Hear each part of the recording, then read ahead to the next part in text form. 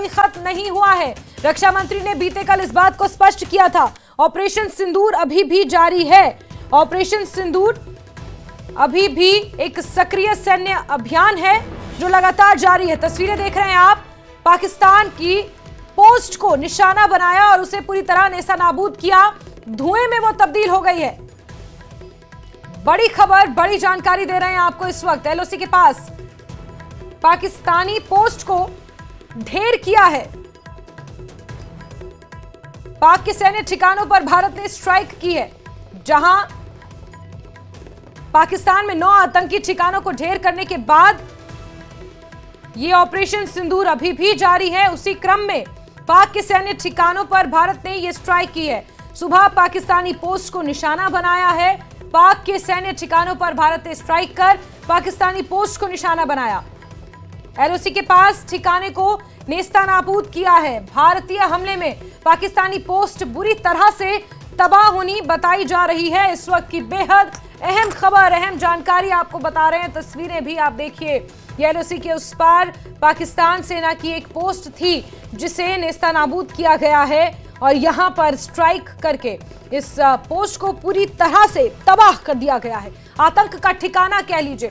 और हमारे senior editor Tejendra Singh सोडी जी ज्यादा जानकारियों के साथ जुड़े हुए हैं। तेजेंद्र जी, इसे पाक सेना की पोस्ट कहा जाए या आतंकी ठिकाना कहा जाए, one and the same thing, लेकिन हमने कामयाबी हासिल की है। देखिए जैस्मिन, पाकिस्तानी सेना और आतंकवादियों में कोई फर्क नहीं है। पाकिस्तानी सेना ही है जो आतंकवादियों को ट्रेनिंग देती है, आतंकवादियों को जम्मू कश्मीर में भेज के यहाँ पर हालात को खराब करती है। अब देखिए फर्क क्या है एक प्रोफेशनल आर्मी में और एक रोग आर्मी जो पाकिस्तान आर्मी है, जो अपने आप को आर्मी कहती है, जो टेरर सिंपथाइजर्स हैं। एक तरफ जहां पर पाकिस्तान आर्मी जब सीजफायर वॉयलेशन करती है तो सिविलियंस को टारगेट करती है। वो हमने देखा पुंछ में, रजौरी में, उड़ी में, केरन में, करनाल में, टंगधार में, जहां पर सीजफायर वॉयलेशन में पाकिस्तान आर्मी सिविलियंस को टारगेट कर रही है, सिविलियंस को निशाना बना रही है। 17 से ऊपर लोग जो हैं वो पुंछ में पाकिस्तानी सीजफायर वॉयलेशन में मारे गए हैं। कई 100 लोग जो हैं इन इलाकों में जख्मी हुए। और दूसरी तरफ ये विजुअल्स हम एक्सक्लूसिवली न्यूज 18 जम्मू कश्मीर, लद्दाख, हिमाचल के व्यूअर्स को दिखा रहे हैं, जहां पर भारतीय सेना जो है वो एक प्रोफेशनल आर्मी होने का पूरा कर्तव्य निभा रही है और पाकिस्तानी आर्मी के बंकर्स को पूरी तरह से डिस्ट्रॉय कर रही है। आप देख सकते हैं कि जो प्रोजेक्टाइल भारतीय तरफ से फायर किया गया है, ये हालांकि या ATGM है या आर्टी शेल है, ये पाकिस्तान में घुसकर उनके बंकर को पूरी तरह से नस्तो नाबूद कर रहा है, मिट्टी में मिला रहा है। तो ये प्रोफेशनलिज्म जो है भारतीय सेना का हम देख रहे हैं। पूरी रादर हम नहीं, पूरी दुनिया देख रही है कि किस तरह प्रोफेशनल तरीके से भारतीय सेना जो है वो पाकिस्तान की तरफ से जो एग्रेशन है उसे नाकामयाब कर रही है। अगर आपको याद होगा जब ऑपरेशन सिंदूर जब लॉन्च किया गया था तो भारत ने इस बात को स्पष्ट किया था कि हमारे जो टारगेट हैं वो सिर्फ आतंकी शिविर हैं, आतंकी लॉन्च पैड हैं, आतंकियों के बेसिस हैं। जितने भी हमने टारगेट भारतीय सेना ने सिलेक्ट किए थे उन्हें हिट किया। लेकिन उसके बाद पाकिस्तान ने क्या किया कि सीज फायर वॉयलेशन करके जो सिविलियन पॉपुलेशन है, रजौरी, पुंछ, वहां पर उन्हें टारगेट किया। 17 के करीब लोग मारे गए। मंदिर को नहीं छोड़ा, मस्जिद को नहीं छोड़ा, गुरुद्वारे को नहीं छोड़ा। लेकिन दूसरी तरफ प्रोफेशनल आर्मी, भारतीय आर्मी, आप देखिए कल भी पाकिस्तान की तरफ से स्ट्राइक्स करने की कोशिश की गई, प्रोजेक्टाइल्स दागे गए, मिसाइल्स दागे गए, लेकिन भारतीय सेना ने हमारा जो भी एयर डिफेंस मैकेनिज्म है जिसमें S-400 है, आकाश तीर मिसाइल सिस्टम है, और उन सारे पाकिस्तान से जितने भी प्रोजेक्टाइल्स दागे गए उन्हें नस्तो नाबूद कर दिया और एक भी प्रोजेक्टाइल जो है वो अपने निशाने पे नहीं लग सका। और आज ये विजुअल्स हम दिखा रहे हैं कि किस तरह। बिल्कुल तेजेंद्र जी, आपसे ये चीज भी समझना चाहेंगे, जिस तरह से एलओसी के पार सेना की इन चौकियों को, पाक सेना की इन चौकियों को तबाह किया गया है, क्या हम ये कह सकते हैं कि यही चौकियां अपनी जरूरत के अनुसार पाकिस्तानी आतंकवादियों ने इन्हें अपने लॉन्च पैड के तौर पर भी इस्तेमाल किया है? अगर किया है तो फिर ये बहुत बड़ी सफलता है। देखिए जैस्मिन, ये जो पाकिस्तानी आर्मी की चौकियां होती हैं, इनके आसपास ही लॉन्च पैड्स होते हैं। और पाकिस्तानी आर्मी क्योंकि आतंकवादियों को ट्रेन भी पाकिस्तान आर्मी करती है उन्हें घुसपैठ करने भी पाकिस्तान आर्मी मदद करती है। तो आप इन चौकियों को बेझिझक टेरर कैंप्स भी कह सकती हैं या टेरर लॉन्च पैड्स भी कह सकती हैं। लेकिन अभी जिस तरह के जो हालात बने हुए हैं, इन चौकियों से पाकिस्तानी आर्मी जो है जम्मू कश्मीर के निहत्थे लोगों को, सिविलियंस को टारगेट कर रही है। यहां से फायरिंग करके पुंछ रजौरी वाले इलाकों में लोगों को टारगेट कर रही थी, सिविलियंस को टारगेट कर रही थी। भारतीय सेना ने इन चौकियों को आइडेंटिफाई किया। देखिए जैस्मिन, मैं सुबह से एक बात को क्लियर कर रहा हूं कि भारत के पास ऐसा मैकेनिज्म है। हमारे इंडिजीनियस डीआरडीओ ने एक राडार सिस्टम बनाया है जिसका नाम स्वाति है। स्वाति को लाइन ऑफ कंट्रोल पे कई जगह पर डिप्लॉय किया गया है और स्वाति राडार सिस्टम जो है ये लोकेट करता है कहां से हमारे ऊपर अगर कोई निशाना किया जाता है, कोई प्रोजेक्टाइल दागा जाता है, कोई मोटार दागा जाता है या कोई आर्टिलरी शेल दागा जाता है, तो स्वाति में वो पूरी क्षमता है कि उसकी एग्जैक्ट लोकेशन जहां से उस प्रोजेक्टाइल का ओरिजिन हुआ है उसको हम डिटेक्ट करके और उस रिटेलिएशन में हम उसे तबाह कर सकते हैं। तो इस तरह की जो पाकिस्तानी चौकियां हैं उनके पे पूरी भारतीय सेना को पूरी जानकारी है, पूरी नजर है और हम हर जगह पर भारतीय सेना का एक अपर हैंड है। और मैंने जैसे आपको कहा जैस्मिन, अगर आप देखें इस विजुअल को गौर से, हमारे विजुअल्स अगर देखें, व्यूअर्स भी इन विजुअल्स को देखें, इन चौकियों के पीछे कुछ सिविलियंस के घर भी हैं। लेकिन भारतीय सेना ने इस चीज को सुनिश्चित किया है कि कोई एक सिविलियन को भी टारगेट ना किया जाए। बिल्कुल तेजेंद्र सर, मेरा अगला सवाल आपसे यही था कि इसके पीछे ये जो हम विजुअल्स दिखा रहे हैं इस वक्त, मेरे और आपके बीच में एक विजुअल चल रहा है, उसमें हम इन चौकियों को जिस तरह से तबाह किया गया इस पर्टिकुलर चौकी को, उसके पीछे कुछ घर में देख पा रही हूँ, कुछ काउशेड्स टाइप भी कुछ स्ट्रक्चर्स नजर आ रहे हैं। तो ये जिस प्रोफेशनलिज्म का आप बात कर रहे थे, ये उसी का नमूना है कि हमने बार बार ये स्पष्ट किया। जी देखिए जैस्मिन, एक चीज मैं यहां ऐड करना चाहूंगा। देखिए पाकिस्तान आर्मी जो है वो चाहती है कि पाकिस्तान ऑक्यूपाइड कश्मीर में सिविलियंस कैजुअलिटी हो, तो इसलिए उन सिविलियंस को ना तो वहां से इवैक्यूएट किया जाता है, ना तो उन सिविलियंस को किसी सेफर लोकेशन पे भेजा जाता है, बल्कि उन सिविलियंस को एज अ ह्यूमन शील्ड जो है वो पाकिस्तान आर्मी उनको इस्तेमाल करती है।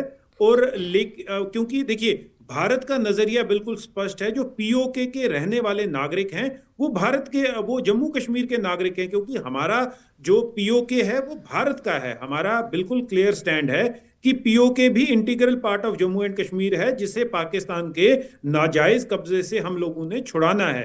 तो वो लोगों को, उन लोगों को मारना कोई भारत के लिए कोई हम वो नहीं चाहती, हमारी सेना नहीं चाहती कि वो हमारे लोग हैं वो मारे जाएं। लेकिन पाकिस्तानी सेना उन्हें कैनन फॉडर की तरह इस्तेमाल करती है, उन्हें ह्यूमन शील्ड की तरह हर बार इस्तेमाल करती है। लेकिन भारतीय सेना, आप देखिए जो रिटेलिएशन हो रही है, भारतीय सेना बिल्कुल सुनिश्चित कर रही है कि सिविलियन पॉपुलेशन को वहां नुकसान ना हो। तो ये प्रोफेशनलिज्म और प्रोफेशनल आर्मी का जो उसका आप कहें कि एक एग्जाम्पल है। और दूसरी तरफ वो रोग आर्मी है पाकिस्तान की, जो सिविलियंस को टारगेट कर रही है, सिविलियंस को मार रही है।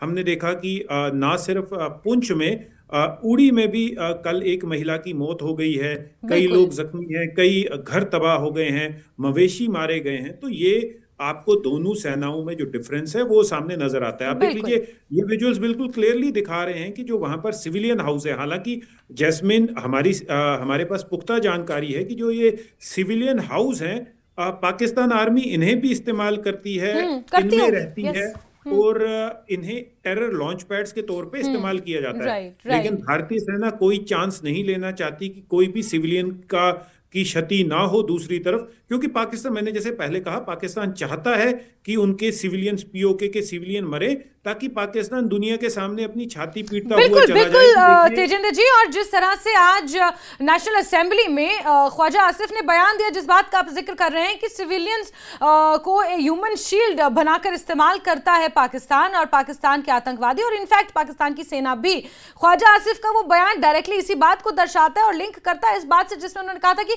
मदरसों में पढ़ने वाले जो बच्चे हैं वो आगे चल के हमारी सेकेंड लाइन डिफेंस हैं। तो जब वो बच्चों को इस तरह से ट्रीट करते हैं और उनका फ्यूचर इस तरह से देख रहे हैं, तो जाहिर सी बात है सीमा पर जो लोग रह रहे होंगे उन्हें तो फिर अपनी शील्ड के तौर पर इस्तेमाल करेंगे।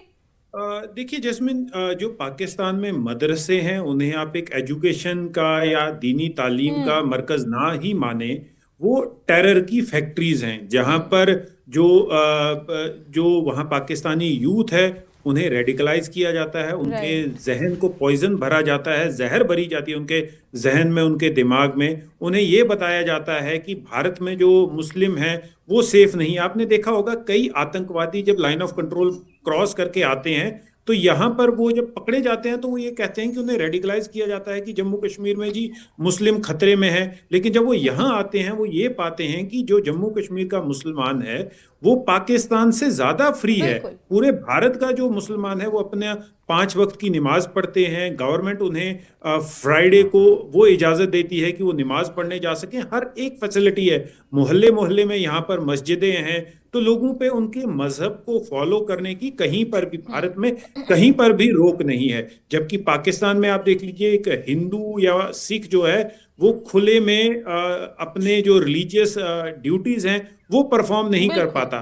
तो ये फर्क है। इसीलिए मैं आपको कह रहा था कि पाकिस्तान के जो मदरसे हैं वो टेरर फैक्ट्रीज हैं जहां पर लोगों के दिमाग में जहर भरी जाती है और उन्हें पाकिस्तान बिल्कुल आसानी से यूज करता है। अगर आपको याद होगा कुछ साल पहले कुछ ऐसे बयानात आए थे पाकिस्तान में जहां से कुछ इलाकों से छोटे छोटे मासूम बच्चों को पकड़ के जबरदस्ती मदरसों में भरा जाता है। जो अफगानिस्तान में जब अमेरिका के खिलाफ या रशिया के खिलाफ इनको तालिबान को ट्रेन किया जाता था, वो तालिबान जो थे वो भी पाकिस्तान के मदरसों में ही ट्रेन होते थे। तो पाकिस्तान एक, मैं पहले हर बार ये कहता हूं कि मदरशिप ऑफ टेररिज्म है, ग्लोबल टेररिज्म की मदरशिप जो है वो पाकिस्तान है। कल अगर आपको याद होगा गृह सचिव ने फॉरेन सेक्रेटरी ने ये बात कही थी कि दुनिया में अगर कहीं पर भी आतंकवाद की कोई घटना होती है उसके तार जो हैं डायरेक्टली या इनडायरेक्टली पाकिस्तान के साथ जुड़े होते हैं। तो ये बात जग जाहिर है, पाकिस्तान एक टेरर फैक्ट्री है और वहां पर ह्यूमन लाइफ की कोई वैल्यू नहीं है। हमारे पास कई ऐसे विजुअल आते हैं जहां पर देखते हैं कि उनके जो पाकिस्तानी रेंजर्स हैं वो लोगों को सरेआम गोली मार देते हैं। बलूचिस्तान में लाखों की तादाद पे लोगों को गायब किया जाता है। सिंध में यही हालत है, गिलगित बल्तिस्तान में यही हालत है। तो पाकिस्तान जो है वहां पर सिर्फ आर्मी का बोलबाला है और आर्मी ने पूरे पाकिस्तान को इस वक्त जो है डर के माहौल में रखा हुआ है। क्योंकि देखिए आसिफ मुनीर ये बात जानता है कि जितने करप्शन के चार्जेस उस पे हैं, जिस तरह से पाकिस्तान आर्मी में म्यूटिनी होने के चांसेस हैं, तो पूरे पाकिस्तान को इकट्ठा करने के लिए उसे एक दुश्मन बनाना था। उसने जो स्टेटमेंट दी थी पहलगाम हमले से पहले, जो नेशन थ्योरी के बारे में बात की थी, ये कहा था कि हिंदू जो हैं वो हमारे दुश्मन हैं एक तरह से। तो एक मैसेज उस वक्त कन्वे हो गया था कि इस तरह के टेरर स्ट्राइक जो हैं वो होंगे। जी बिल्कुल बिल्कुल। और इसी म्यूटिनी से बचने के लिए ही, जिस विद्रोह का आप जिक्र करें, उस म्यूटिनी से बचने के लिए ही जो खबर निकल कर आई है, जो पाकिस्तान के पूर्व जो सैनिक हैं वही इस बात को कह रहे हैं कि ये आसिफ मुनीर के कहने पर ही पहलगाम हमला हुआ। और ये बात अब स्थापित हो चुकी है कि जहां भारत ने सिर्फ और सिर्फ आतंकी ठिकानों को निशाना बनाया, तो वहीं पाकिस्तान बौखलाहट में जिस तरह के कदम उठा रहा है, मासूम लोगों को टारगेट कर रहा है, नागरिक इलाकों पर गोलीबारी कर रहा है और अपने नागरिकों को तो वो वैसे ही, जैसा कि आपने कहा, कि ह्यूमन शील्ड के तौर पर इस्तेमाल करता आया है। बहरहाल तेजिंदर जी, आप भी प्लीज थोड़ा सेफ रहिए और आपसे जुड़ते रहेंगे, जानकारी लेते रहेंगे। फिलहाल के लिए आपका बहुत बहुत शुक्रिया। तो तस्वीरें आपको दिखा रहे हैं जहां आर्मी की पोस्ट को, पाकिस्तान आर्मी की पोस्ट को, जिसे आप आतंकी लॉन्च पैड भी कहें तो शायद गलत नहीं होगा, सीमा पार तबाह किया गया है और एक बड़ी सफलता